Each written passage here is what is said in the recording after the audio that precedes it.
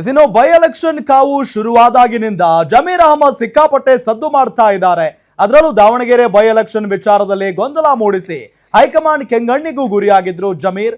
ಇದೇ ವಿಚಾರದಲ್ಲಿ ಈಗ ಡಿಕೆಶಿಗೆ ಹೊಸ ಅಸ್ತ್ರ ಸಿಕ್ಕಿದ್ದು ಸಿಎಂ ಆಪ್ತರ ವಿರುದ್ಧ ಕ್ರಮಕ್ಕೆ ಪಕ್ಕಾ ರಣತಂತ್ರ ಹೂಡ್ತಿದ್ದಾರೆ. ಸಚಿವ ಜಮೀರ್ ವಿರುದ್ಧ ಡಿಕೆ ಬಣದ ನಾಯಕರು ಹೈಕಮಾಂಡ್ಗೆ ದೂರಿನ ಸರಮಾಲೆಯನ್ನೇ ಹೇಳಿದ್ದಾರೆ. ಹೀಗಾಗಿ ಸಚಿವ ಜಮೀರ್ಗೂ ದಾವಣಗೆರೆ ರಿಪೋರ್ಟ್ ನೆಗೆಟಿವ್ ಆಗಿದೆ. ಜಮೀರ್ ಮೇಲೂ ಕೂಡ ಹೈಕಮಾಂಡ್ ಗರಂ ಆಗಿದೆ. ಇದೇ ವಿಚಾರದಲ್ಲಿ ಅಲ್ಪಸಂಖ್ಯಾತ ಘಟಕದ ಅಧ್ಯಕ್ಷರಾಗಿದ್ದ ಅಬ್ದುಲ್ ಜಬ್ಬಾರ್ ತಮ್ಮ ಸ್ಥಾನಕ್ಕೆ ರಾಜೀನಾಮೆ ನೀಡಿದ್ದಾರೆ. ಅದನ್ನ ಕೆಪಿಸಿಸಿ ಅಧ್ಯಕ್ಷರು ಅಂಗೀಕರಿಸಿದ್ದು ಆ ಘಟಕವನ್ನ ಮುಂದಿನ ಸೂಚನೆವರೆಗೆ ವಿಸರ್ಜನೆಯನ್ನು ಮಾಡಿದ್ದಾರೆ. ಅದರ ಬೆನ್ನಲ್ಲೇ ಸಿಎಂ ರಾಜಕೀಯ ಕಾರ್ಯದರ್ಶಿ ನಜೀರ್ ತಲೆದಂಡಕ್ಕೂ ಡಿಕೆ ಟೀಮ್ ಪ್ರಯತ್ನಿಸ್ತಾ ಇದ್ದು ಈಗಾಗಲೇ ಫಸ್ಟ್ ವಾರ್ನಿಂಗ್ ಕೂಡ ಕೊಡಲಾಗಿದೆ.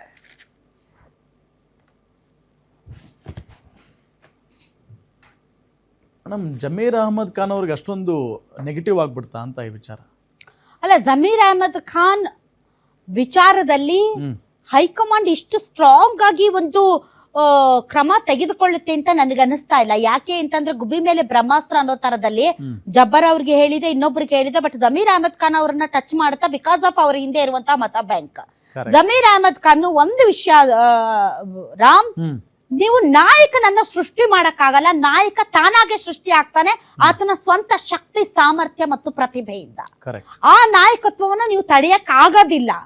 ಈಗ ಜಮೀರ್ ಅಹಮದ್ ಖಾನ್ ಜೆಡಿಎಸ್ ನಲ್ಲಿದ್ರು, ಕುಮಾರಸ್ವಾಮಿ ಅವರ ರೈಟ್ ಹ್ಯಾಂಡ್ ಲೆಫ್ಟ್ ಹ್ಯಾಂಡ್ ಆಗ ಇದ್ರು. ಅವ್ರು ಮತ್ತೆ ಬಂದ್ರು, ಮತ್ತೆ ಚಾಮರಾಜಪೇಟೆ ಕ್ಷೇತ್ರದಿಂದ ಸತತವಾಗಿ ಅವರು ಕಾಂಗ್ರೆಸ್ ಪಾರ್ಟಿಯಿಂದ ವಿನ್ ಆಗ್ತಾ ಇದ್ದಾರೆ. ಮತ್ತು ಮುಸಲ್ಮಾನ ಸಮುದಾಯದಲ್ಲಿ ಈಗ ಒಂದು ನಾಯಕತ್ವದ ಗುಣವನ್ನ ಅವರು ಬೆಳೆಸಿಕೊಂಡಿದ್ದಾರೆ. ನಾಟ್ ಓನ್ಲಿ ಇನ್ ಕರ್ನಾಟಕ, ಬೇರೆ ಬೇರೆ ಭಾಗಗಳಲ್ಲಿ ಚುನಾವಣಾ ಸಂದರ್ಭದಲ್ಲಿ ಸ್ವತಃ ಕಾಂಗ್ರೆಸ್ ಹೈಕಮಾಂಡ್ ಅವರನ್ನ ಚುನಾವಣಾ ಪ್ರಚಾರಕ್ಕೆ ಮುಸಲ್ಮಾನ ಮತಗಳನ್ನ ಸೆಳೆಯೋದಕ್ಕೆ ಕರೀತಾ ಇದೆ. ಅವ್ರು ಹೋಗ್ತಾ ಇದ್ದಾರೆ.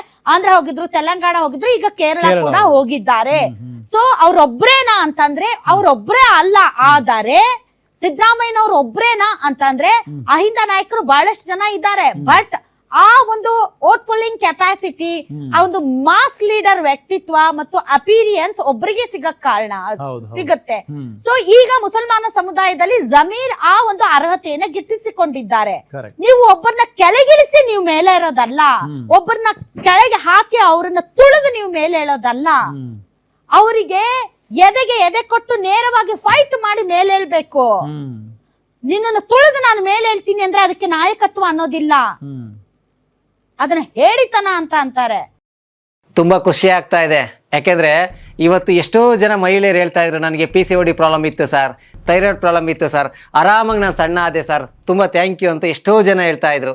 ನಿಮ್ಗೆ PCOD ಪ್ರಾಬ್ಲಮ್ ಇರಲಿ, ಥೈರಾಯ್ಡ್ ಪ್ರಾಬ್ಲಮ್ ಇರಲಿ, 100% ನೀವು ಸಣ್ಣ ಆಗಬೇಕು, ಆರೋಗ್ಯದಲ್ಲೂ ಸಮೇತ ತುಂಬಾ ಚೇತರಿಕೆ ಆಗಬೇಕು ಅಂದ್ರೆ ಪ್ರತಿದಿನ ನಮ್ಮ ಜೀನಿ ಸ್ಲಿಮ್ನ ಯೂಸ್ ಮಾಡಿ. ಯಾಕೆಂದ್ರೆ ಜೀನಿ ಸ್ಲಿಮ್ ಒಂದು ಉತ್ತಮ ಆಹಾರ. ಇವತ್ತು ಜಮೀರ್ ವಿಚಾರದಲ್ಲೂ ಅಷ್ಟೇ. ಈಗ ಜಮೀರ್ ಹೌದು ಅಲ್ಲಿ ಟಿಕೆಟ್ ಕೇಳಿದ್ರು, ಜಬ್ಬಾರ್ ಕೇಳಿದ್ರು, ಮತ್ತೊಬ್ರು ಕೇಳಿದ್ರು, ಓಕೆ. ಸೊ ಕೇಳಿದ ಮಾತ್ರಕ್ಕೆ ಅವ್ರು ವಿಲನ್ ಆಗೋಗ್ತಾರ? ಹಾಗಾದ್ರೆ ಅಲ್ಪಸಂಖ್ಯಾತರು ಯಾರು ಟಿಕೆಟೇ ಕೇಳಬಾರ್ದ? ಹಾಗಾದ್ರೆ ಬೇರೆ ಬೇರೆ ಕ್ಷೇತ್ರಗಳಲ್ಲಿ ಬಂಡಾಯ ಅಭ್ಯರ್ಥಿಗಳಾಗಿ ಸಾಕಷ್ಟು ಜನ ಸ್ಪರ್ಧೆ ಮಾಡಿದ್ದಾರೆ. ಇಟ್ಸ್ ಕ್ವೈಟ್ ಕಾಮನ್ ಪಾಲಿಟಿಕ್ಸ್ ಅಲ್ಲಿ, ಎಲೆಕ್ಷನ್ಸ್ ಅಲ್ಲಿ. ಒಬ್ಬ ಅಲ್ಪಸಂಖ್ಯಾತ ಸಮುದಾಯದ ನಾಯಕ ತನ್ನ ಸಮುದಾಯದ ಪರವಾಗಿ ವೋಟ್ ಕೇಳೋದು ಅತಿ ದೊಡ್ಡ ತಪ್ಪು. ಅವ್ರ ವಿರುದ್ಧ ಶಿಸ್ತು ಕ್ರಮ ಆಗುತ್ತೆ ಅನ್ನೋದಾದ್ರೆ it applies to all the communities ಅಲ್ವಾ? ಬರೀ ಅಲ್ಪಸಂಖ್ಯಾತರಿಗೆ ಅಷ್ಟೇ ಅದು ಅನ್ವಯ ಆಗುತ್ತಾ? ಹಾಗಾದ್ರೆ ಏನ್ ಮೆಸೇಜ್ ಕೊಡ್ತಾ ಇದ್ದೀರಿ ಅಲ್ಪಸಂಖ್ಯಾತರಿಗೆ ನೀವು ಕಾಂಗ್ರೆಸ್ ಪಾರ್ಟಿಯವರು?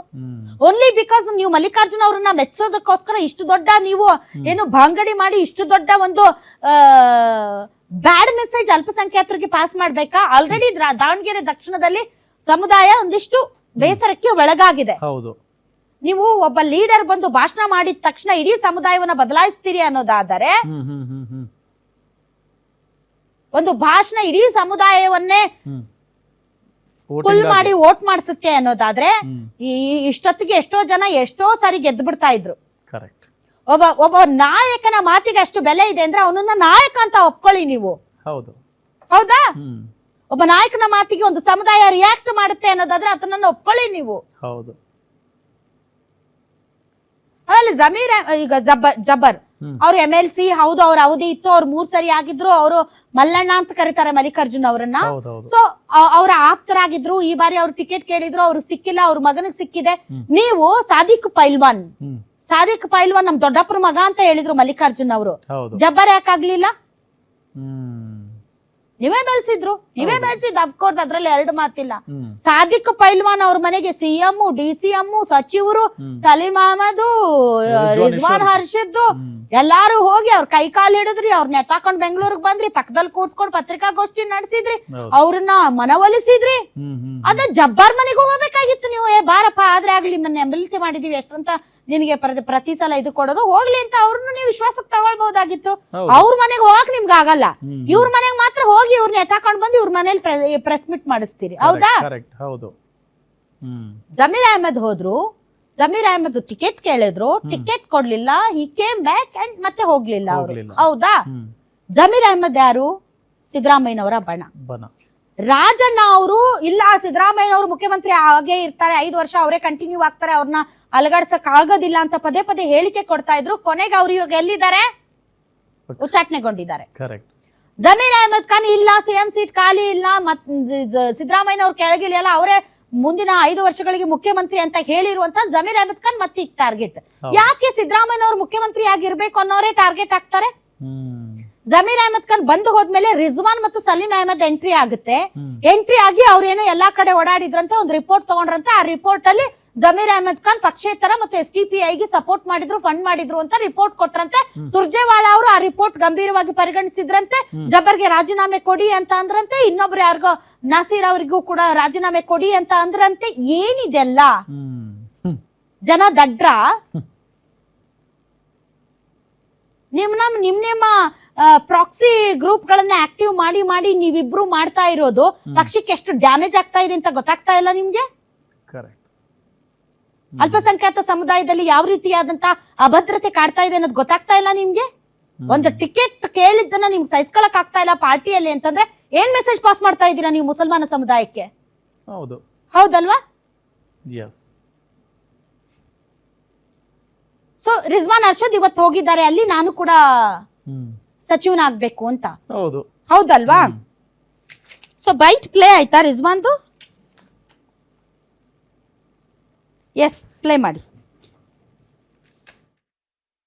ನಮ್ಮ ರಾಜಕಾರಣ ನಾವೇ ಅಂತ ಮಾಡೋರಲ್ಲ. ಕೆಲವ್ರಿಗೆ ಇದ್ದಿರ್ಬೋದು, ನಾನು ಬಿಟ್ರೆ ಬೇರೆಯವರೆಲ್ಲ, ಬೇರೆ ಯಾರ ಲೆಕ್ಕಕ್ಕೆ ಇಲ್ಲ, ನಾನೊಬ್ನೇ. ನಾನು ಇಲ್ಲದೆ ಇದ್ರೆ ಯಾರು ಕೇಳೋರಿಲ್ಲ, ಗತಿ ಇಲ್ಲ ಈ ಸಮುದಾಯಕ್ಕೆ ಅಂತ ಕೆಲವ್ರಿಗೆ ಇರ್ಬೋದು. ಅದು ನಮ್ಗೆ ತೀರ್ಮಾನ ಮಾಡಿ ಮುಖ್ಯಮಂತ್ರಿ ಹತ್ರ ಹೋಗಿದ್ವಿ. ಮುಖ್ಯಮಂತ್ರಿ ಸಮ್ಮುಖದಲ್ಲೇ ಸಭೆ ನಡೆಯುವಾಗ, ಮಾತುಕತೆ ನಡೆಯುವಾಗ ಒಬ್ರು ನಾಯಕರು ಹೆಸರು ಇನ್ನು ನಾನು ಹೇಳಕ್ಕೆ, ಯಾರ ಹೆಸರು ನಾನು ಹೇಳಕ್ಕೆ ತಯಾರಿಲ್ಲ, ಕೊಟ್ರೆ ಜಬ್ಬಾರ್ ಕೊಡಿ, ಇಲ್ಲ ಅಂದ್ರೆ ಯಾರಿಗಾದ್ರೂ ಬೇರೆ ಸಮುದಾಯಕ್ಕೆ ಕೊಡಿ ಅಂತ ಹೇಳಿರೋದು ಎಲ್ಲರ ಮುಂದೆ ಇದೆ. ಸೊ ಇವತ್ತು ಇದು ನಿನ್ನೆ ಹೇಳಿರೋದು. ಯಾರು ನಾನು ಬಿಟ್ರೆ ಯಾರು ಗತಿ ಇಲ್ಲ ಸಮುದಾಯದಲ್ಲಿ, ನಾನು ಅಂತ ಹೇಳ್ತಾರೆ ಅಂದ್ರೆ ಯಾರು ಅಂತ ಹೇಳಿ ರಿಜ್ವಾನ್. ಯಾಕೆ ನಿಮ್ಗೆ ಭಯನಾ? ಹೇಳಿ ಜಮೀರ್ ಅಂತ. ಯಾಕೆ ಜಮೀರ್ ಅವ್ರು ಕೊಟ್ಟಿದ್ದೀರಾ? ನನಗ್ ಕೊಡಿ, ನಾನು ಈಗ 2-3 ಸರಿ MLA ಆಗಿದ್ದೀನಿ, ಆಯ್ತು. ಸಮುದಾಯದಲ್ಲಿ ಅವ್ರೊಬ್ರೇ ಇಲ್ಲ ನಾಯಕರು, ಬಹಳಷ್ಟು ಜನ ಇದೀವಿ, ನಮ್ಗೊಂದು ಅವಕಾಶ ಕೊಡಿ ಅಂತ ನೇರವಾಗಿ ಫೈಟ್ ಮಾಡಿ. ಅದೇನೋ ರಿಪೋರ್ಟ್ ಅಂತೆ, ಹಂಗಂತೆ, ಹಿಂಗಂತೆ, ಅದಂತೆ, ಇದಂತೆ, ಇದೆಲ್ಲ ಯಾಕೆ ಬೇಕು? ಡೈರೆಕ್ಟ್ ಆಗಿ ಕೇಳಿ ಅಲ್ಲ, ಇದು ನಿಮ್ ಹಕ್ಕು ಮತ್ತು ಅಧಿಕಾರ, ಕೇಳಿ. ಹೈಕಮಾಂಡ್ ಒಪ್ಪಿದ್ರೆ ನಿಮ್ಗೆ ಕೊಡ್ತಾರೆ. You are also young and energetic leader as Rahul Gandhi, ಕೊಡ್ಬೋದಪ್ಪ ನಿಮ್ಗೆ. ಅದಕ್ಕೆ ಇಷ್ಟೆಲ್ಲ ಯಾಕೆ ಬಣ್ಣ ಬಳಿಬೇಕು ನೀವು? ಡೈರೆಕ್ಟ್ ಆಗಿ ಕೇಳ್ಬೋದಲ್ಲ.